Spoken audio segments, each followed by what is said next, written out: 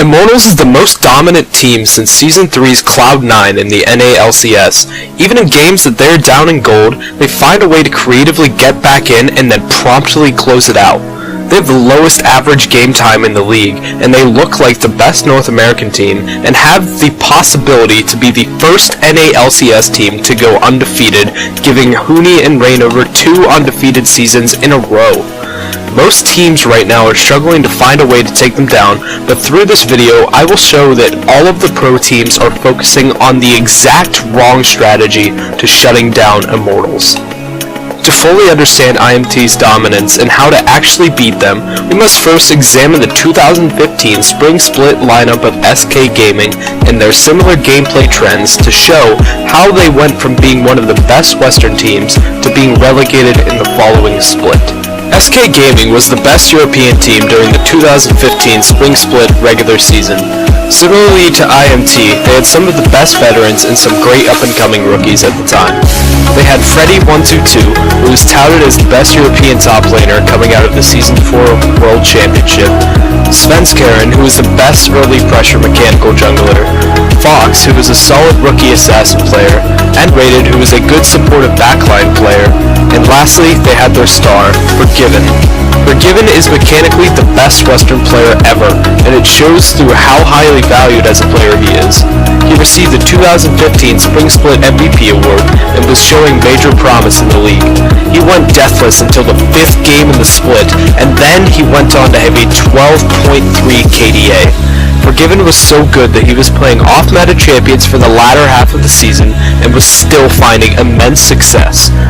Throughout the season, SK focused on shoving all of their lanes, get a lead in either CS, kills, or towers, and then skirmishing.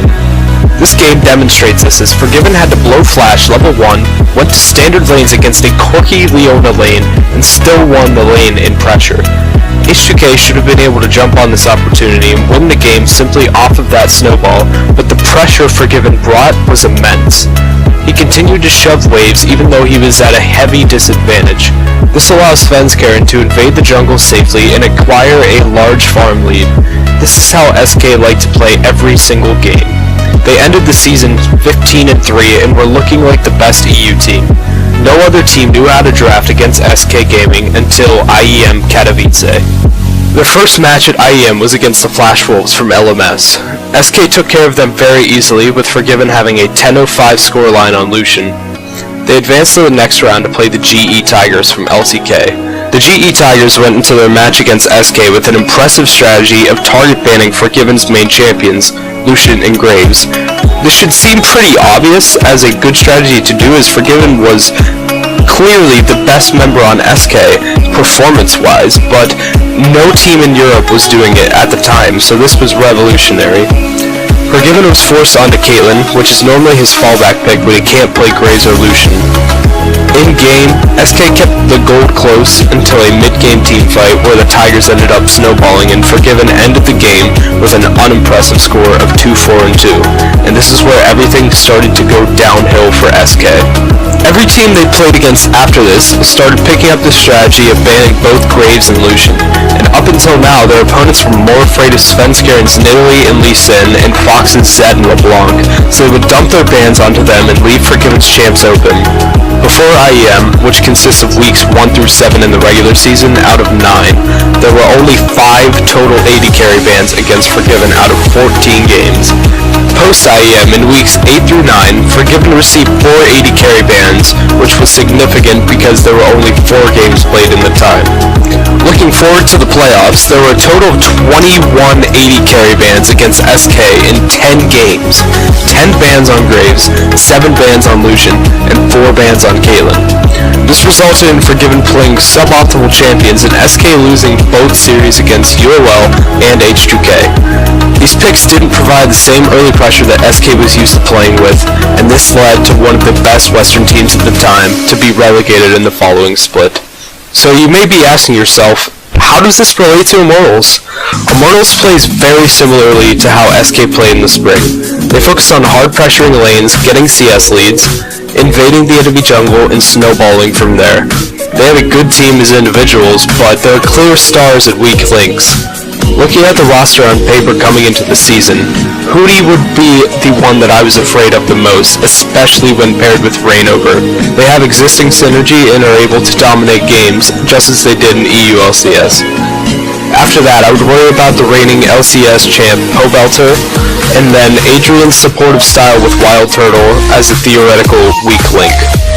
After watching the team play for 4 weeks, I can safely say that these rankings I gave to each of their players was wrong. As the drafts play out, most teams are afraid of Hootie and Reignover, just as stated previously. In all 8 of their games, Hootie has been a target of bans with roughly 2 towards him each game, but he has played 6 champions through these 8 games alone. This shows that Hootie has an incredible champion pool, but that was already a known quantity from his time in Fnatic last year. In fact, Hootie is currently the worst performing member on IMT. He has the lowest KDA with 4.9, and you might be thinking, well, I mean, that's pretty good, but whenever you look at their team, they have 3 members that have over a 14 KDA. He has the most deaths on his team with a total of 16, and the lowest kill participation with 60.9%. This shows me that Hootie isn't the most important member on Immortals, but if he isn't, who is? And the answer is Adrian. Adrian is one of the best Western supporty support players I've ever watched. He has the highest KDA in the league with 18.6, lowest deaths of a starting player with 5, the highest assists in the league with 96, and the highest kill participation on Immortals with 72.7%.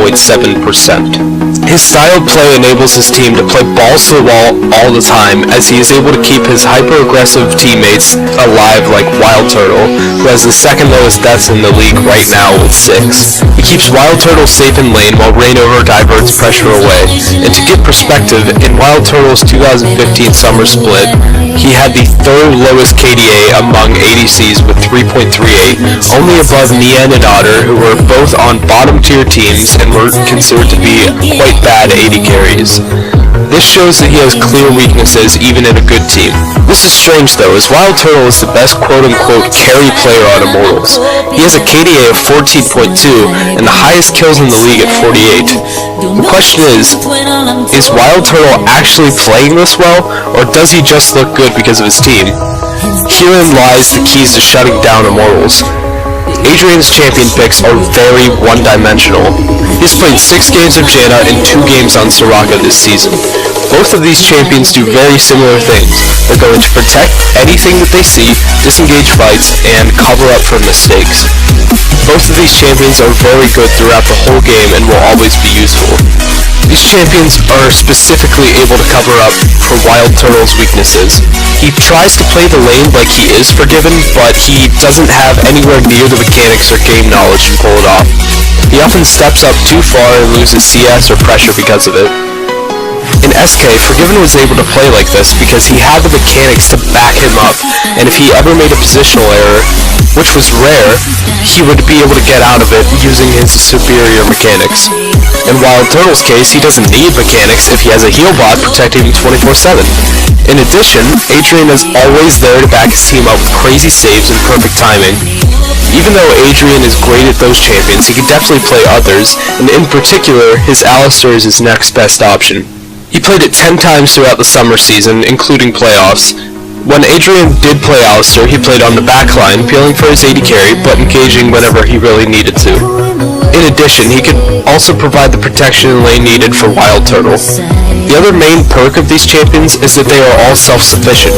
They do not need to bring jungle pressure to their lanes, so Reignover is free to go wherever he wants, and he will probably go to Camp Hootie, or he may invade.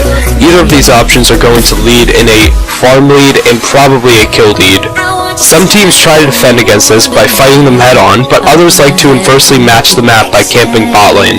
The only issue with this strategy from an enemy team is that Janna can be difficult to dive, Soraka is going to be obnoxious with her heals, and Alistar can turn around pressure or roam if needed.